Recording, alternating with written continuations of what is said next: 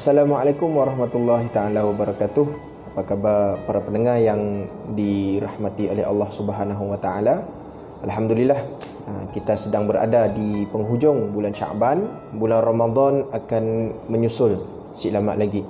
Jadi saya yakin dan saya percaya para pendengar mesti dah ada perancangan yang sangat teliti untuk persiapan ataupun pengisian di bulan Ramadan kelak.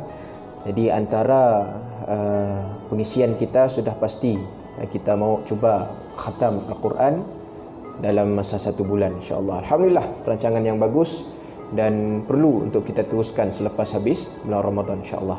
Jadi dalam kali itu, insya-Allah, saya kongsikan 3 perkara yang menyebabkan kita melakukan kesalahan besar dalam membaca Al-Quran.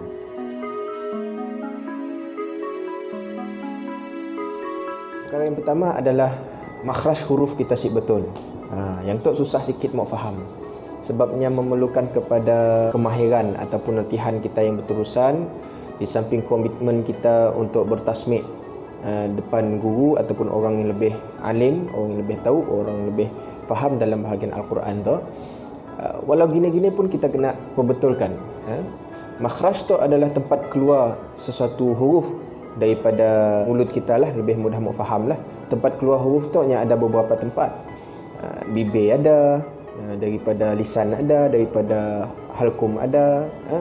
Jadi makhraj huruf tu sesuatu yang kita dapat menghuraikan secara terperinci dalam posting kali tu. Kita risau dalam kegairahan kita mau menghatam Al-Quran, kita mau habiskan Al-Quran dalam masa 1 bulan, tapi kita langgar semua-mua yang ada dalam Al-Quran. Bila kita salah sebut, salah mengeluarkan tempat huruf tersebut, maka maksudnya berubah. Antara yang biasanya kita selalu polah adalah huruf sa dengan sin. Sa di atas sa, sin di atas sa, sebagai contoh. Kita mau sebut sa tapi kita sebut sa, atau kita mau sebut za tapi kita sebut zai, sebagai contoh. Allazi tapi kita sebut allazi, maka berubah dah maksud huruf tersebut. Jadi yang kita risau.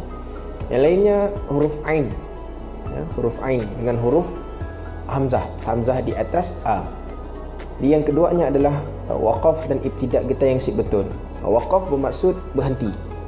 Ibtidak kita sambung, sama ada kita sambung ayat baru ataupun kita berhenti di pertengahan dan kemudian kita sambung ayat tersebut, sama ada kita terus ataupun kita tarik sikit dan sambung terus. Kalau kita waqaf di ayat yang lain dan ibtidak memulakan bacaan di ayat yang lain, ya tak ada masalah. Sebagai contoh, Alhamdulillahi Rabbil Alamin, berhenti, waqaf. Ar-Rahmanir Rahim, memulakan dengan Ar-Rahman. Tapi yang menjadi masalah kita apabila kita berhenti pada satu ayat yang panjang, kita berhenti dan kemudian kita mau sambungkan semula ayat tersebut. Yang masalah sikit. Kalau kita berhenti pada tempat yang betul, memulakan pada tempat yang betul, terbaik. Tapi kalau kita berhenti pada tempat yang salah dan menyambung pada tempat yang salah, maka yang kita kena perhatikan. Baik, sebagai contoh dalam surah At-Tin ayat yang ke-6. Illal ladzina amanu wa 'amilus solihati falahum ajrun ghairu mamnun.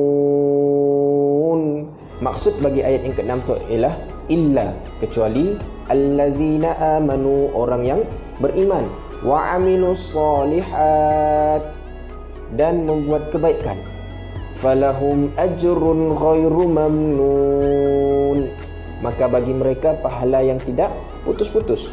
Jadi kalau kita berhenti sebagai contoh pembacaan seperti ini, illal ladzina amanu wa 'amilus solihati falahum, habis nafas, as-solihati falahum ajrun ghairu mamnun. Kacak gini pun lagu, kacak gini pun suara, tapi kalau waqaf dan ibtidak salah, berubah habis maksud. Sebagai contoh, illal ladzina amanu wa 'amilus solihati falahum, kecuali orang yang beriman dan berbuat kebaikan, maka bagi mereka. Okey, maka bagi mereka apa? Macam what is that? Apa benda? Kan? Kemudian disambung lagi. kebaikan maka bagi mereka pahala yang tidak putus-putus. Why? Kenanya kebaikan maka bagi mereka, kebaikan dan tiba-tiba bagi mereka. Mudah faham ke tak ya lah. Jadi macam ni kita mau berhenti dan sini kita mau mula. Yang saya maksudkan daripada tadi, illal ladzina amanu wa amilus solihat, kecuali orang yang beriman dan yang membuat kebaikan, falahum ajrun ghairu mamnun, maka bagi mereka pahala yang tidak putus-putus. Kan kacak bunyi. Dan yang ketiganya adalah kita mengurangkan atau menambah huruf di dalam ayat yang kita baca. Biasanya yang tu terjadi pada dua keadaan. Yang pertama bila kita berjumpa dengan sabdu. Yang kedua bila kita berjumpa dengan alif lam. Sabdu tu membawa maksud huruf yang diletak tanda sabdu sebenarnya ada dua huruf.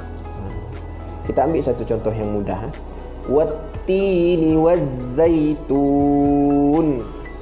Yang betul. Yang bacaan yang betul. Sebab kita teksik belajar sabdu tu, maka kita langgah watini wazaitun. Dua huruf kita jadikan satu huruf. Maka kita risau akan menyebabkan maksudnya bertukar walaupun dengan satu huruf. Ataupun alif lam.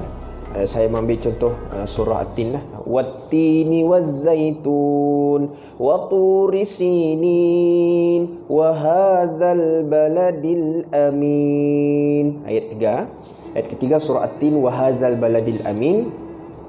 Kita baca sebab salah, kita baca wa hadza baladil amin. Wa hadzal baladil amin membawa maksud dan inilah negeri yang aman. Dalam tafsiran surah At-Tin ayat yang ketiga, ayat ini menceritakan berkenaan dengan satu negeri yang khusus. Tapi kalau kita baca wa hadza baladil amin, negeri ataupun maksud pada pembacaan kita menyebabkan si khusus. Ataupun sebagai contoh Alkitab, sebuah kitab. Ataupun dalam bahasa Inggerisnya the book. Di alif lam tu merujuk kepada the ataupun sesuatu yang khusus. Jadi Alkitab bermakna ataupun bermaksud kitab Al-Quran. Kalau kita sebut kitab, makanya akan jadi buku. Apa-apa kitab, buku, kamus, buku tulis dan sebagainya. Jadi sebabnya kita kena tengok, kita kena perhatikan ayat yang kita baca sama sih yang kita sebut dengan yang ada dalam Al-Quran. Alhamdulillah, tadi perkongsian ringkas yang kita boleh sama-sama jaga semasa kita gairah untuk membaca Al-Quran, semasa kita gairah untuk mengkhatamkan Al-Quran di bulan Ramadan yang penuh dengan kemuliaan ini. Jadi mudah-mudahan kita benar-benar baca Al-Quran dengan betul, dan mudah-mudahan apa yang kita baca yang meresap dalam hati kita, dan kita akan terus bersemangat untuk baca Quran walaupun bulan Ramadan dah berlalu pergi. Jadi selamat menyambut bulan Ramadan Al-Mubarak, insya-Allah. Mudah-mudahan kongsian ini memberi manfaat buat para pendengar sekalian. Jadi jika rasa kongsian ini sangat baik, bermanfaat, boleh like, share dan subscribe channel saya, Sahrul Khair. Yang baik ia datang kepada Allah, kurang atas kelemahan diri saya sendiri, ikatnya keduanya datang kepada Allah Subhanahu wa taala. Wabillahi taufik wal hidayah. Assalamualaikum warahmatullahi taala wabarakatuh.